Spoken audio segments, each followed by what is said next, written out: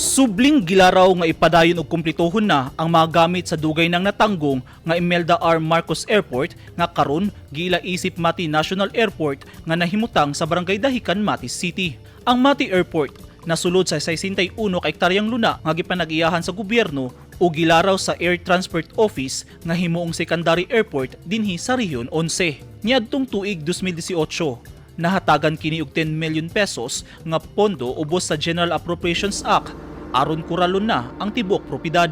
Niadtong tuig 2019, gihatagan kini og budget nga 200 million pesos apan wala kini nagamit, hinungdan nga nabalik sa pondo sa nasyonal nga panggamhanan ng kwarta. Dugay nang gihandom nga magamit na ang Mati Airport apan wala pa gihapon maresolba ang problema sa mga nanagya og yuta kung diin maapil sa airport project. Gilaraw na usab nga ipadayon ang paghuman sa airport, butang nga gisuportahan sa Department of Tourism Region 11. Sumala ni DOT 11 Regional Director Tanya Rabatan nga dakong tabang ang pag-abri sa airport dili lang sa patigayon apan sa natad na usab sa turismo.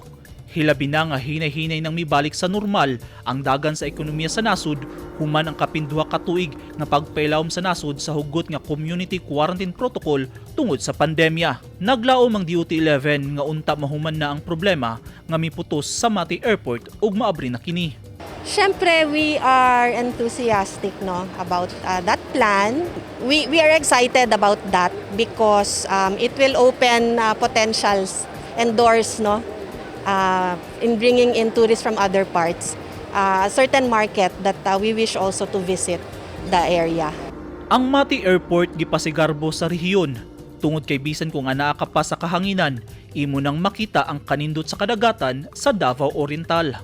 Upat ka dekada nang gihandom sa katawhan sa Mati City ang Mati Airport. Eugene Hinutan, Newsline Philippines, Davao Region. Stay safe.